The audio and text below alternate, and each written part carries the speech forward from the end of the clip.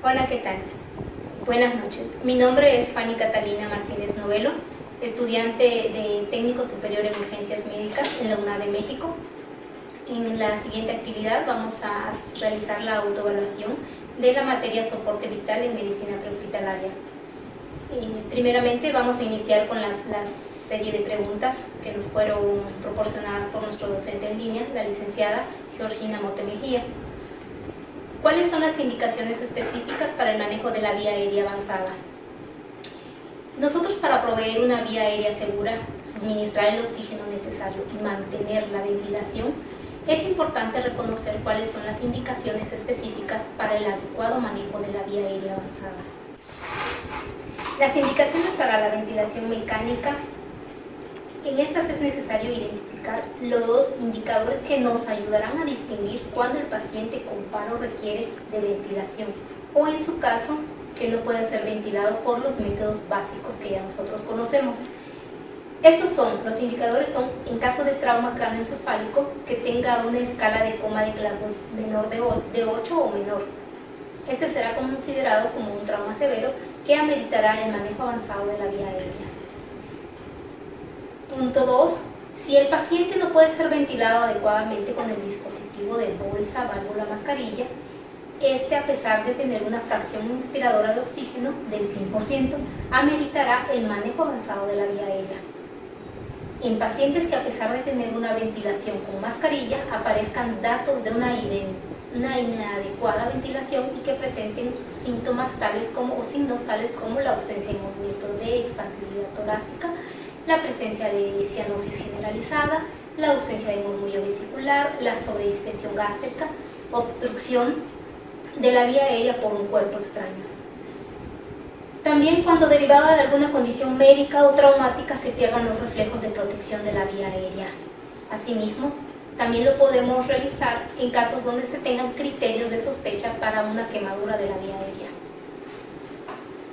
¿Qué dispositivos nosotros debemos utilizar para asegurar un aporte de oxígeno en pacientes graves? Los que podemos utilizar son el tubo endotraqueal, que se utiliza para el procedimiento para asegurar la vía aérea de un paciente crítico, en donde se introduce una cánula endotraqueal. A través de esta se da el aporte de oxígeno necesario para el paciente. También podemos utilizar la mascarilla laringea, que es un dispositivo que se utiliza también en el manejo de la vía aérea y tiene como finalidad lograr asegurar el aporte de oxígeno, y esto lo realiza un técnico en urgencias médicas que no requiere un nivel de experiencia tan avanzado. También se utiliza en pacientes con las mismas indicaciones de la intubación endotraqueal. También el obturador esofágico. Es un dispositivo utilizado para disminuir el paso de aire al estómago en pacientes que tienen una ventilación con presión positiva. También utilizamos el combitubo, que es un dispositivo que se encuentra limitado para el uso prehospitalario y prácticamente sustituido por la mascarilla laringea, y únicamente para periodos de corta ventilación. ¿Cuáles son los criterios clínicos para realizar una intubación endotraqueal? Pues los criterios clínicos se dan en pacientes en paro cardiorrespiratorio, en pacientes que tengan insuficiencia respiratoria e incapacidad para mantener la vía aérea permeable, así como en pacientes que presenten un déficit neurológico agudo, cuando existe un alto riesgo de broncoaspiración, cuando la oxigenación es insuficiente, incluyendo aquellos casos de obstrucción de la vía aérea, cuando presentan hematoma sofocante en cuello, trauma de la vía aérea o maxilofacial, también en pacientes que requieren sedación, en hipoxia post-reanimación. Se utiliza también en pacientes con choque severo, en trauma raquimedular cervical, en quemadura de la vía aérea o quemaduras extensas. Los criterios de Stone. Los criterios de Stone nos hablan realmente de que la intubación traqueal para el manejo de la vía aérea de pacientes con lesiones por inhalación y compromisos de la permeabilidad de la vía aérea o trastornos graves de la ventilación. Los criterios de sospecha de quemadura de la vía aérea, estos criterios los tenemos conocidos como los de Stone y son Los siguientes son pacientes que tienen antecedentes de quemadura en un lugar cerrado, quemadura de vello facial, de las cejas, de las pestañas, de la barba, el bigote, las quemaduras de las vibrisas, el estridor laríngeo, la disfonía, el esputo carbonáceo. ¿Cuáles son los principales elementos a identificar en una vía aérea difícil para la intubación? Dice que para predecir el grado de complejidad que tenemos es muy importante evaluar la vía aérea del paciente antes de intentar una intubación. Los factores que nos pueden predecir la dificultad en el manejo de la vía aérea serían por una lesión de la columna cervical, la artritis severa de la columna, trauma maxilofacial, mandibular importante, limitación en la apertura bucal, obesidad, variaciones anatómicas, en cuello, cuello corto, musculoso, así como el prognatismo, ¿no? Para la realización específica de esta evaluación nos vamos a apoyar en escalas o mediciones que se utilizan para considerar qué pacientes son potencialmente difíciles para realizar una intubación orotraqueal. Asimismo, esto nos permitirá prepararnos en la utilización de los dispositivos alternos en caso de que otra persona lo vaya a realizar con más experiencia en el manejo de la vía aérea. Podemos manejar lo que es la mnemotecnia Limón, que es la cual nos va a permitir llevar una serie de casos para lo que es los predictores para la intubación difícil, ¿no? que viene siendo la lesión externa, que es donde vamos a identificar la presencia de lesiones que dificulten la intubación o la ventilación. Podemos investigar lo que es la regla 332 para la apertura oral, que esta se valora midiendo la distancia entre los incisivos superiores e inferiores con la cabeza en posición neutra y la boca abierta. En esta regla, primeramente, en la regla de 333, la primera distancia que se mide está entre los dientes incisivos del paciente, que debe de ser menos de 3 dedos de ancho, la distancia entre el hueso y oyes y el mentón, que debe ser al menos de 3 dedos de ancho, la distancia entre la escotadura tiroidea y el piso de la boca, que debe ser al menos 2 dedos de ancho. Asimismo, se utiliza la clasificación de Malampi, que la clasificación es utilizada para considerar una intubación difícil o de acceso difícil, ya que nos habla de la visualización de las estructuras anatómicas en la boca, que supone de igual manera una visualización a la que es la laringoscopía directa. Esto es que si se pueden ver ampliamente las estructuras en la apertura de la boca, también se pueden ver las correspondientes estructuras con el laringoscopio. En esta clasificación la dividen en 4 secciones, que son la visualización del paladar blando o la apertura de la faringe con la úvula y pilares anteriores y posteriores. La visualización del paladar blando es la segunda, con la apertura de la faringe y la úvula. La tercera es la visualización del paladar blando y la base de la úvula, y la cuarta es el paladar blando, que no es totalmente visible. Asimismo, lo que es la obstrucción, cualquier alteración que nos pueda causar obstrucción en la vía aérea hará que la laringoscopía y la ventilación sean difíciles. Estas afecciones nos incluyen la epiglotis, los abscesos periamigdalino y de trauma. La movilidad en el cuello, este es un requisito esencial para una intubación exitosa. Puede ser valorado fácilmente pidiéndole al paciente que ponga su mentón contra el pecho y que luego extienda el cuello mirando hacia el techo. Asimismo, de esta forma vamos a realizar lo que es la evaluación de la distancia tiromentoniana, que es la que se evalúa desde el borde superior del cartílago de tiroides hasta el punto más saliente del mentón, con la cabeza extendida al máximo. Si esta distancia es menor de 6 centímetros, nos puede indicar o prever que es una intubación difícil, porque se asocia a una laringe anterior o a una en menor espacio en la cavidad oral, para con la compresión de la lengua con el laringoscopio. La distancia mentoesternal se valora con la cabeza extendida al máximo, midiendo la longitud desde el punto más saliente del mentón hasta el borde superior del esternón. En esta evaluación, si la distancia es menor de 12 centímetros, se prevé una intubación difícil, y derivado que el espacio mandibular lateral corresponde a la distancia entre los ángulos mandibulares, ¿no? Mandibulares, cuando son menores a 9 centímetros, nos dice también que es una intubación difícil, puesto que nos provee un menor espacio en la cavidad faringial. La capacidad de subluxación de la mandíbula se valora midiendo el máximo movimiento hacia adelante de los incisivos inferiores sobre los superiores. Se considera una intubación fácil cuando los incisivos inferiores se ubican por delante de los superiores y difícil cuando los incisivos inferiores permanecen por detrás de los superiores. ¿Qué elementos y dispositivos alternativos existen para proporcionar apoyo ventilatorio en la intubación fallida?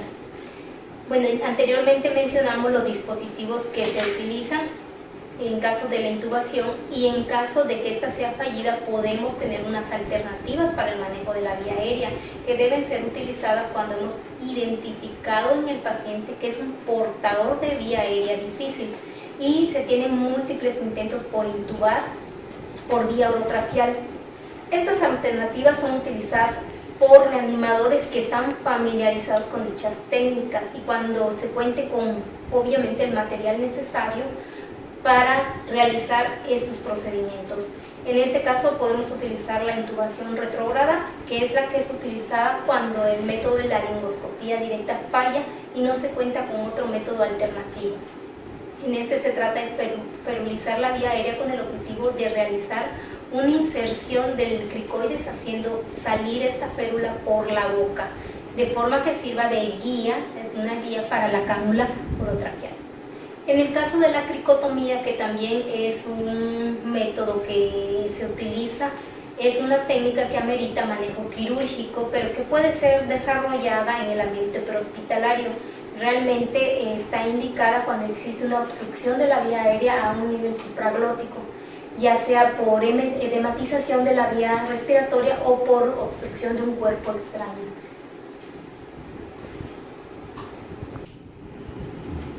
¿Qué es un acceso vascular y cuántos tipos hay? También vamos a mencionar cuáles son los principales accesos venosos. El acceso vascular corresponde a una técnica invasiva que permite introducir un catéter a una vena para infundir medicamentos o soluciones. Cada uno de ellos, de sus catéteres, tiene características diferentes. De acuerdo a la posición de los catéteres, los vamos a clasificar en centrales, que son aquellos en que su posición distal está encaminada a que alcance la desembocadura de una vena cava. Por lo tanto, tienen una posición en una vena central. Su aplicación es hospitalaria, a nivel hospitalario y por personal con un nivel de especialización.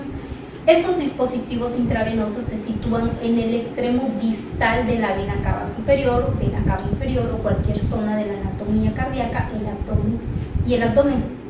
Entre los catéteres venosos centrales podemos mencionar el catéter venoso central tunelizado, el catéter venoso central implantado, el catéter impregnado, el catéter venoso central de inserción periférica.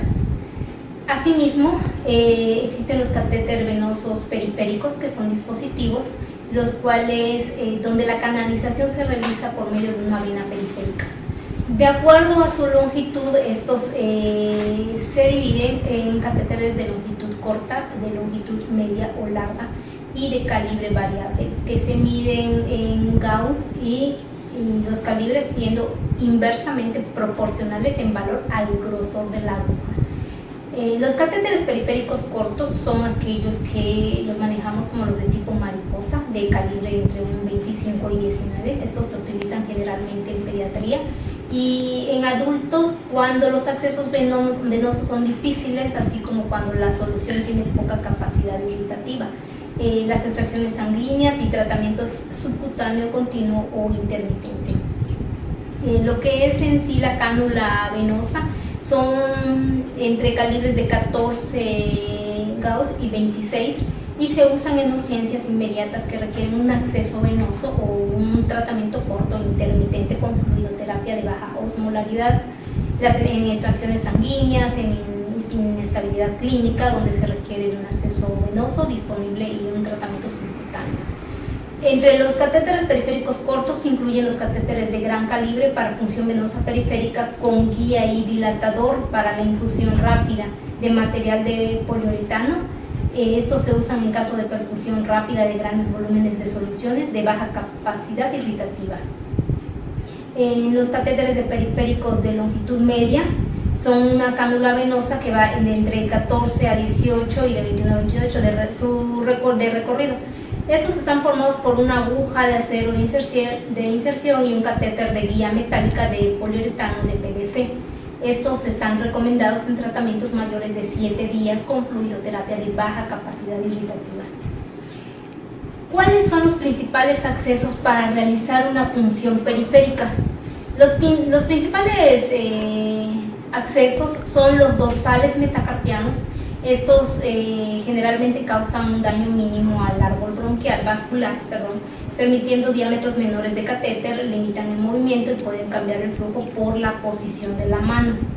También están los radiales y cubitales que garantizan el flujo continuo, causan un mayor daño estos al mapa venoso del miembro superior, lo que son las venas basílica y cefálica, que admiten diámetros de catéter mayores y son de canalización fácil, pero pueden variar el flujo. Los que son de la yugular externa no se aconseja mucho por su fragilidad y complicada progresión hacia la vena cava a causa de la tendencia de un desvío a venas superficiales y la presencia de válvulas venosas.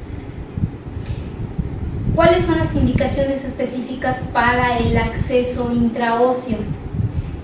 El acceso intraóseo se utiliza generalmente en situaciones de riesgo vital, en pacientes gravemente lesionados o enfermos, en situaciones de choque profundo, parada cardíaca o estado epiléptico, en donde se requieren infundir fármacos o líquidos sin retraso. Estos en virtud de no lograr una canalización o una vía venosa después de 3 intentos o después de 90 a 120 segundos, indistintamente de la edad del paciente. Lo que son los accesos intraóseos, tanto en pacientes neonatos y adultos, en lo que son los pacientes neonatos de entre la edad que sean neonatos y menores iguales a de 6 años, el acceso intraóseo se realiza en la tibia proximal, en la tibia distal, en el fémur distal. En los niños mayores de 6 años y en los adultos se puede realizar en el húmero proximal, en la tibia distal, en la tibia proximal, en el fémur distal, el esternón. Asimismo, en el esternón podemos manejar que está contraindicado en cuanto a masaje cardíaco. También manejamos la cresta ilíaca. Los sitios alternativos que se pueden manejar en cuanto a los accesos intraóseos son el radio y el cúbito distal. Las soluciones indicadas para casos de hipovolemia y cuáles son los líquidos que más se utilizan para reposición. En este caso, las soluciones que más se utilizan en el caso de hipovolemia son las soluciones cristaloides, que nos proporcionan agua y sodio para mantener el positivo gradiente osmótico entre el espacio extracelular y el intracelular. Como acabo de comentar, en caso de hipovolemia se recomienda el cloruro de sodio, asimismo el Ringer lactato o el Hartmann. Estas están indicadas en deshidratación con pérdidas moderadas de electrolitos, como pueden ser los vómitos, la diarrea, la poliuria, la excesiva sudoración, etc., en choques hipovolémicos, como hemorragias, quemaduras, en choque quirúrgico. Las soluciones más frecuentes para lo que es reposición de líquidos, como dijimos, son cristaloides, vienen entrando lo que son cloruro de sodio al 9%, que son isotónicas en relación al plasma. Las soluciones Hartmann también se manejan como soluciones isotónicas. La dextrosa al 5%, que es una solución hipotónica en relación con el plasma. El Ringer lactato, que también es una solución isotónica en relación al plasma. Así como las soluciones mixtas, que son soluciones hipertónicas. Esto vendría siendo todo lo que es mi aportación en cuanto a que nos envió nuestra docente en línea. Agradezco todas las atenciones que tuvieron con nosotros para esta actividad y pues me despido esperando haber hecho un papel excelente en cuanto a lo que es el estudio de esta materia, que es soporte vital en medicina prehospitalaria. Muchas gracias.